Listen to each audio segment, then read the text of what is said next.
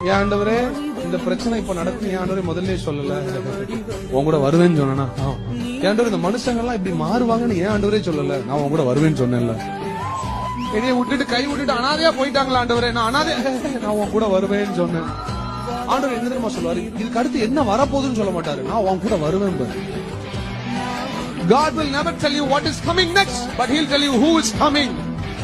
He say I am coming with you. When God says he's going to go with you, your entire journey is taken care. சிலர் வரும்போது கேள்வியோடு வந்தீங்கல்ல what is next?